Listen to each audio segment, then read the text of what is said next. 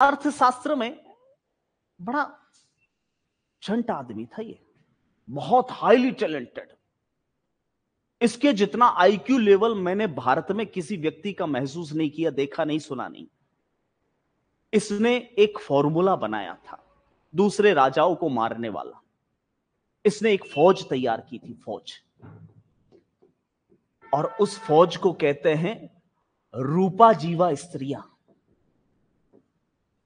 रूपा जीवा स्त्रियां मतलब रूप पे जीने वाली औरतें, हमारी भाषा में बोले तो ब्यूटीफुल लेडीज। ठीक है, उसको दूसरा नाम दिया विष कन्याएं। बचपन से क्या करता था ये, छोटी छोटी जो बच्चियां होती थी ना, उनको जहर की बूंदें दिया करता था, और बड़ी होके वो खुद भी जहरीली बन जाती थी। और इतनी ब्यूटीफुल होती थी कि उसको फिर बड़ी चालाकी के साथ में किसी राजा के पास में भेज दिया जाता था, और राजा आसानी से उसकी अदाओं में फंस जाता था। वो करती थी और वो राजा उसके साथ घुल मिल जाता था, और मौका देख के ये बाइट करके चली जाती थी। लव बाइट, समझते हो? मैं खुल के तो क्या बोलूं, अब 18+ हो, ये बातें बोलनी नहीं होती, पर फिर भी समझाने के लिए अब क्या करूं। घर पे मत बोलना कि ये मैं बोल रहा हूं, सारी बातें जो है जो बता रहा हूं, मेरे को कुटवाओगे। तो विष कन्याएं एक फौज तैयार की थी, और उसी विष कन्या में से एक, चलो मैं कहानी सुना ही देता हूं उसकी। कहानी सुनाने का नाम आया नहीं को यूं करके यूं बैठ जाओगे, बस लिखने में मौत आती है। बस इनको कहानियां सुनाओ, और वैसे इतिहास कहानी ही है ना। एक लड़की का नाम आपने सुना होगा, जो मैं पहले भी जिक्र कर चुका हूं, जिसका नाम था तिष्यरक्षिता। सुना है या फिर वापस बताऊं?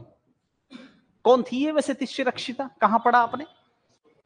अशोक की पत्नी, सम्राट अशोक की पत्नी। वास्तव में ये एक विष कन्या थी, रूपा जीवा स्त्री थी, मतलब जहरीली नागिन।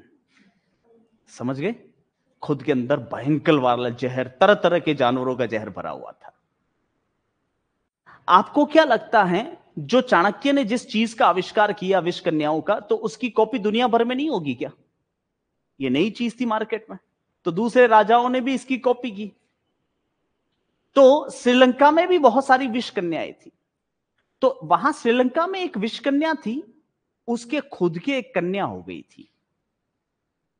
और विष कन्याएं जो होती है उनका कोई नाम नहीं होता। नाम क्यों नहीं होता? क्योंकि आइडेंटिटी तो हो तो पकड़ी जाए, इसलिए आइडेंटिटी छुपाने के लिए वो अपना नाम कभी नहीं रखती थी।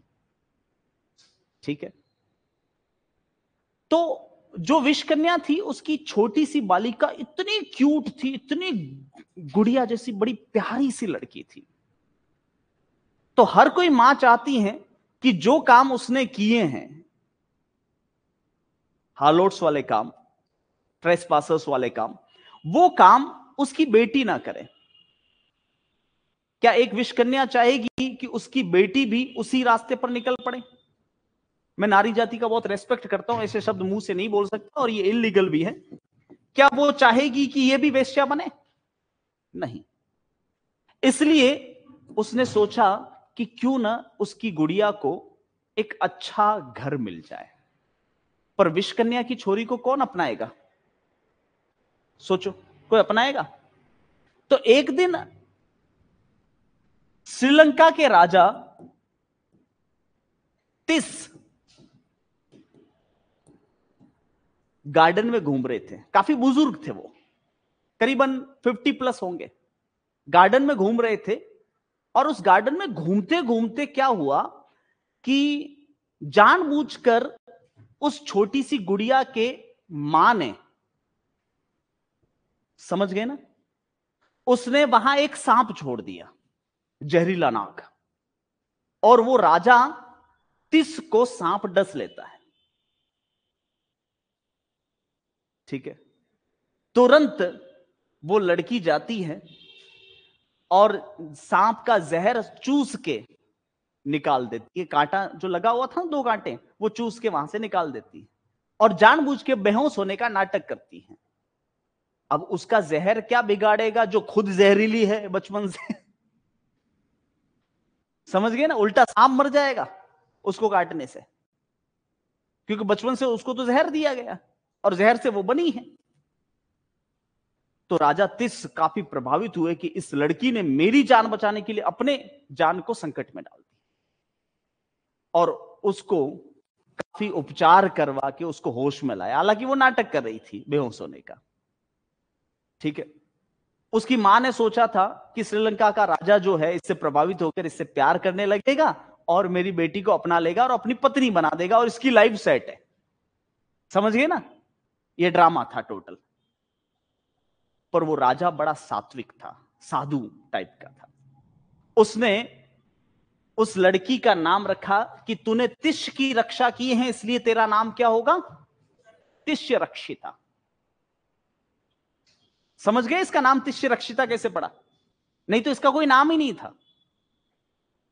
जिसने जहर चूस के निकाला था तिश का, वो कौन थी, तिष्य रक्षिता।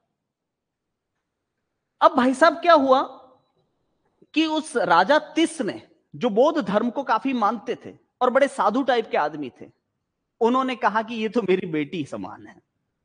और वास्तव में वो उसके वो बेटी क्या पोती समान थी यार। वो करीबन 60-65 साल का बुजुर्ग और वो 17-18 साल की युवती, पोती नहीं है तो और क्या है। पहले राजा कर लेते थे शादियां ऐसे, लेकिन तिश ने शादी नहीं की, उसे अपनी धर्म बेटी बना दिया। फिर उस तिष्य रक्षिता की मां ने सोचा कि इसकी यार लाइफ तो सेट हुई नहीं, बेटी बनने से क्या। अब हुआ यूं कि भारत का जो राजा था ना, मौर्य सम्राट, जिसका नाम था अशोक, अशोक ये भी 60-65 साल की आयु का एक बूढ़ा था। और ये बौद्ध धर्म के पीछे इतना पागल था कि इसने बौद्ध धर्म का प्रचार प्रसार करने के लिए दुनिया भर में दूत भेजे थे। ये पढ़ा होगा आपने। जैसे कि इसने अपने बेटे महेंद्र और बेटी संघमित्रा को बौद्ध धर्म का प्रचार प्रसार करने के लिए श्रीलंका भेजा था, और भी बेटों को भेजा था, जैसे सोन और उत्तर को इंडोनेशिया भेजा था, किसी को जापान भेजा, किसी को चीन भेजा, तब जाके बौद्ध धर्म का प्रचार हुआ। समझ पा रहे हो? तो जब महेंद्र और संघमित्रा को श्रीलंका भेजा गया तो श्रीलंका का राजा तिस इतना प्रभावित हुआ महेंद्र और संघमित्रा से, क्योंकि बौद्ध धर्म का प्रचार करने के लिए आए थे और ये भी एक राजा के बेटे और बेटी है, तो गिफ्ट में कुछ ना कुछ तो देंगे कि नहीं देंगे। तो गिफ्ट में यही तिष्य रक्षिता पकड़ा दी महेंद्र और संघमित्रा को कि इसको ले जाओ आप, ये आपके लिए गिफ्ट है, आपके राजा के लिए। अब तिष्य रक्षिता कहां आ चुकी थी, पाटलिपुत्र, मौर्य साम्राज्य की राजधानी। तिष्य रक्षिता पहली बार एज ए दासी आई पाटलिपुत्र, तो उसकी सुंदरता देखकर सारे दरबार में सारे उसके ऊपर लार टपका रहे थे कि यार कितनी सुंदर है, काश मुझे मिल जाइए। ठीक है। अब अशोक को आप कितना महान कहते हो, उसकी महानता कहां है देखो। अशोक ने कहा नो, सी इज माइन, ये मेरी है, मेरे को गिफ्ट में मिली है तो मतलब मेरी पत्नी है। अब कहां वो बूढ़ा खुसड़ 60-70 साल का आदमी, और कहां 17 साल की ये गुड़िया क्यूट सी, शादी कर ली। और उसको भी यही चाहिए था कि पति कौन बने, राजा। श्रीलंका के राजा पे चांस मारा, चांस नहीं मिला। अब चांस कहां मारा इसने, अशोक में, जो उससे भी बड़ा सम्राट था। अब इसने शादी तो कर ली, लेकिन एक औरत की जो जरूरतें होती है वो पूरी नहीं हो पा रही थी। समझ गए? तो अशोक का सबसे बड़ा बेटा था जिसका नाम था कुणाल। कुणाल एक पक्षी का नाम होता है जिसकी आंखें बड़ी खूबसूरत होती हैं, और इसी के नाम पर इसका नाम कुणाल रखा गया था। यह कुणाल बड़ी खूबसूरत आंखों वाला था, और यह कुणाल तिष्य रक्षिता से भी करीब 10 साल बड़ा था। लेकिन तिष्य रक्षिता इसके क्या लगती है, मम्मी। ठीक है। और अशोक तो बौद्ध धर्म को काफी मानते थे, इसलिए तिष्य रक्षिता के पास जाते ही नहीं थे। वो बेचारी अकेली बैठी रहती, खाली रानी का ठप्पा लगा हुआ था, लेकिन पति वाला ठप्पा तो लगा ही नहीं था अभी तक। अब तिष्य रक्षिता डोरे डालने लगी कुणाल पे, समझ गए? कुणाल को एक दिन बुलाया अपने पास तिष्य रक्षिता ने, और कुणाल ने तिष्य रक्षिता के चरण स्पर्श करके कहा, माते आदेश कीजिए।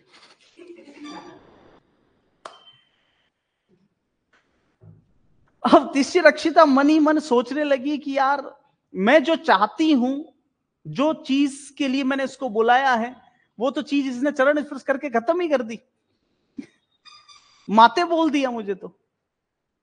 फिर भी वो आखिर में जिस क्षेत्र से आई है, और थोड़ी बहुत तो लक्षण होंगे, कुणाल को तरह तरह की हरकतें करने लगी कि मुझे माते मत बोल, मैं माते जैसी लगती हूँ क्या तुझे?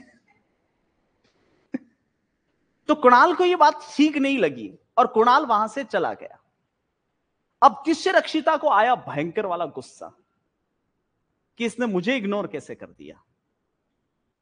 कुछ भी हो जाए, इसको मैं सबक सिखा के रहूंगी।